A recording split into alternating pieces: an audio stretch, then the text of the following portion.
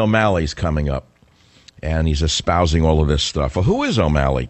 I called him the American Putin because he likes to be seen bare-chested like Putin. He's a vigorous speaker, and he's an energetic presidential contender. But what has his history actually been? Well, Jennifer Harper of the Washington Times headlined it like this: the $8 billion history of Martin O'Malley. He raised taxes and fees 83 times. O'Malley was committed to raising as many different taxes as high as possible during his 8 years as governor, says Grover Norquist. The voters of Deep Blue, Maryland gave their verdict on his governorship when they defeated his hand-picked candidate and elected an anti-tax Republican as governor.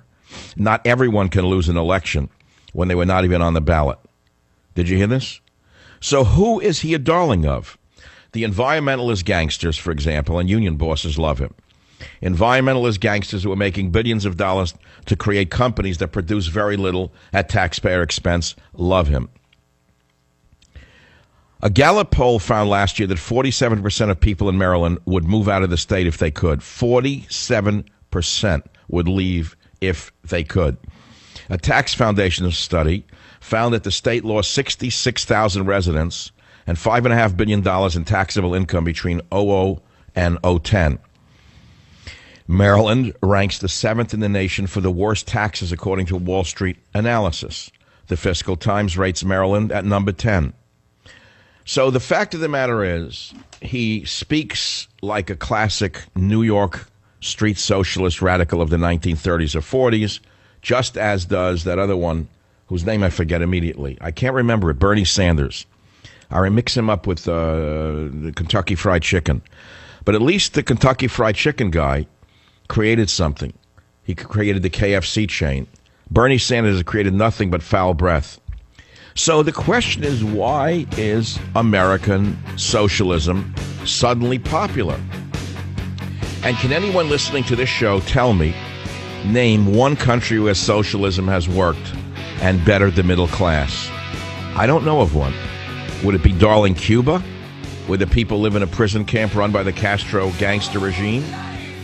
Where is socialism actually working other than in the universities, where these filthy rich professors do nothing but espouse hate for America and collect $150,000 a year? 55-400-SAVAGE, 855-400-7282. Climate change is real. And it also happens to be the greatest business opportunity to come to our country for 100 years. Oh, yeah. Nancy Pelosi knows that. We must create an American job. jobs. Knock off O'Malley, please. Turn it off. Climate change is real, and it happens to be the greatest business opportunity. Well, he's telling you the truth about it being a business opportunity for him and his cronies. Many people have made fortunes on climate change without proving that it's real. And more particularly without proving that man is causing the climate change. Now, I'm all for pure air and clean waters and stuff, and I've worked at that for many years, decades, as a matter of fact. But there is no consensus that man is causing climate change, none whatsoever. And also, those of you who are self-righteously driving battery-driven cars, I applaud your desire to drive a clean car, but behind that clean car, there's some really filthy energy that was used to make that battery that probably you don't know about. Or every time you recharge that clean little battery, where do you think the energy is coming from at the recharging station? Probably a coal-fired plant somewhere or a water-generated plant somewhere, but I guess that's causing you to think too much as you drive around in your snotty little car. But we're talking about socialism. It's going through a revival right now. It's a kind of knee-jerk response to things for the college-educated people who live at home and their mothers and can't get jobs and are on medication. They don't understand why no one will hire them. They're unemployable. That's why they're unemployable, is because they were steeped in anti-American socialism and there's no jobs for them. I mean, how many government jobs can there be? Another 75 million government jobs? I guess that would take care of their employment needs.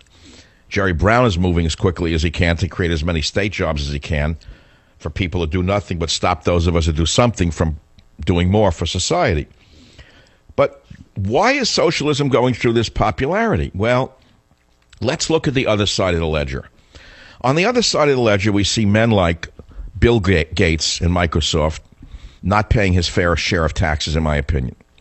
On the other side of the ledger, we see men like Warren Buffett not at all paying his fair share of taxes while telling you to pay your fair share of taxes.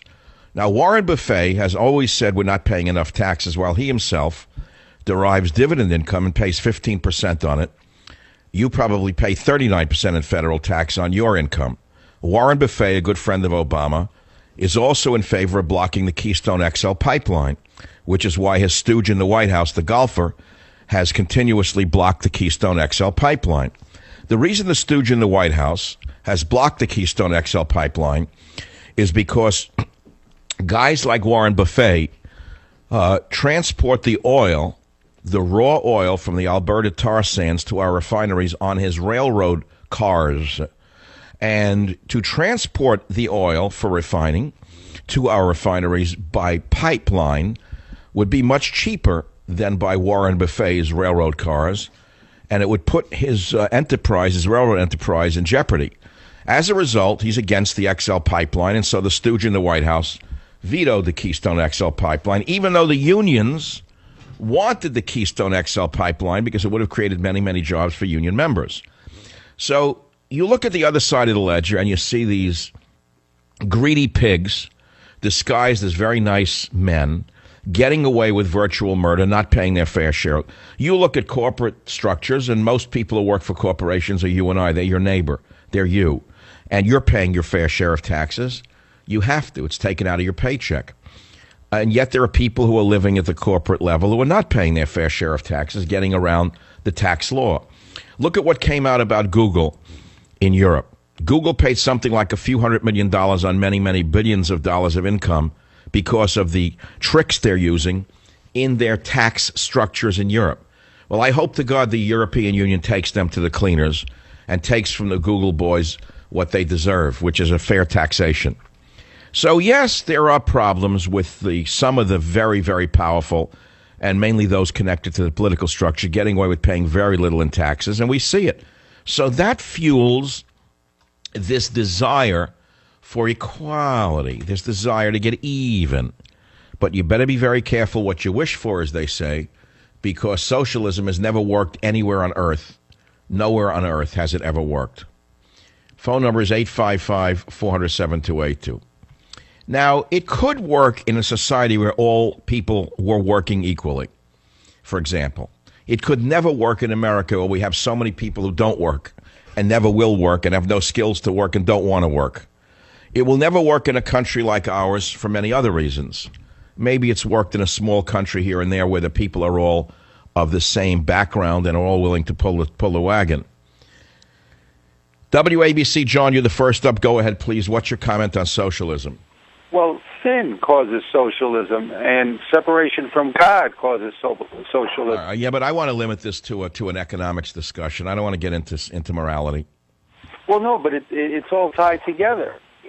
You mean everyone who's a capitalist is good, is pure, morally pure?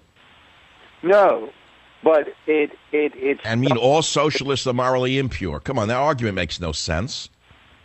No. But it's... All right, thanks for the call. We're not ready for that one.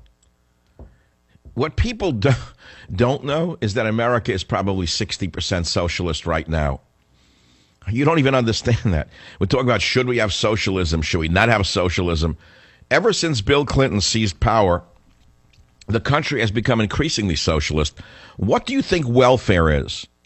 What do you think high taxation is? What do you think, quote, graduated income tax is?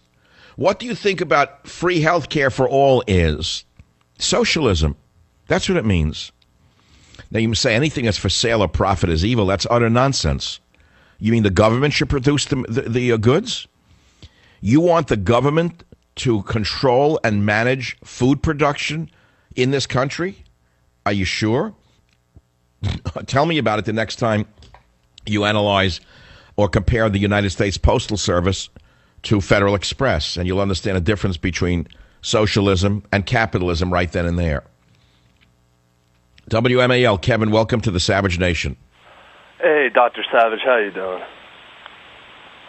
First of all, I just wanted to say I'm a millennial myself, and something you said the other day really touched me, how we might not always speak out, but there's a lot of people like me out there, and we're just waiting, line and wait, because we know what happened. Obama is a self-proclaimed socialist, and we know what he's doing to this country, removing the private means of production from the citizens and making it, as you said, run by the government. The government can't run anything, right? The government cannot run anything except cutting checks and printing money.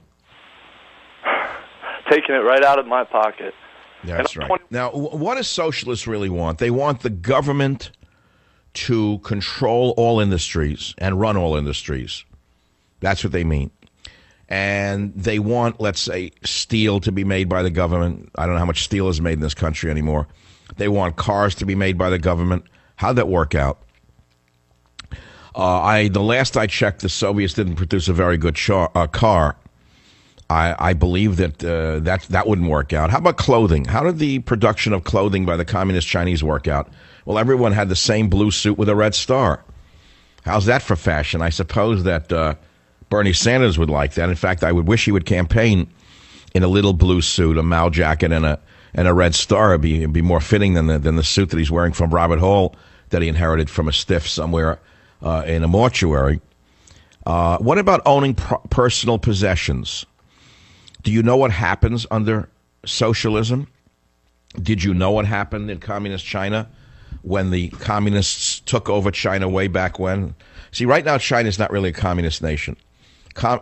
China has more free capitalism right now than we do, combined with a fascist dictatorship running it, which is where we're going right now. But as far as an economic system goes, the Chinese enjoy more freedoms than we do. There are less taxes, there are lower regulations, and there's more freedom to produce goods and distribute goods and sell goods in China without government interference than we have in this country right now. That's something for you to know. Way back in the old days, I think I wrote about it in one of my books. Yeah, I remember. It was about the food dolls. You know those, I don't know how to describe them to you, those gargoyles that you sometimes see in Chinatown, those weird faces. Well, you know that they look like lions and stuff like that. They were put to scare away, they were put in front of houses to scare away evil spirits, so to speak. And I remember telling the story on this show about my buying some wooden 16th century food dolls about 6 months ago from an antique store in San Francisco. And I researched a little bit on that. After the Communist Revolution occurred in China, the Khmer Rouge of China, the Red Brigades, went around in China confiscating all of these artworks as exemplifications of bourgeoisie behavior, and they destroyed them. So they had to break them off temple tops, rooftops. Now, many people hid them when they knew that these maniac children were coming around to take away these gargoyles, which are part of the Chinese heritage. The point I'm making is that communism is a system that evolves from socialism. And as you well know, both lead to fascism, which is the government control of every aspect of your life. What do they mean by common ownership? Everybody, listen to their website, worldsocialism.com. Common ownership will mean everybody having the right to participate in decisions on how global resources will be used. It means nobody being able to take personal control of resources. Democratic control is therefore also essential to the meaning of socialism. All right, you get the rubbish. This is what they teach your children in school. And it's taught by professors who, if they were ripped out of the classroom and given a hot dog stand in Manhattan to run, they'd wind up crying in the streets the next day, not being able to sell a hot dog. They wouldn't know where to buy the hot dog. They wouldn't know how to market the hot dog. They wouldn't know how to keep the hot dog hot. They wouldn't know how to sell the hot dog to the buyer. They'd wind up crying in the street, begging for someone to help them. But nevertheless, this is what socialism is as taught in your universities today. So they go down a whole list, and they don't understand what they're talking about. Here's what they say. They conclude with this. In socialism, everybody would have free access to the goods and services designed to directly meet their needs, and there need be no system of payment for the work that each individual contributes to producing them. Why don't you tell that to the, 95 million Americans who don't work? Why don't you tell that to the bums in New York who sit in their stoop all day long on a nice day, drinking beer or smoking a J? All work would be on a voluntary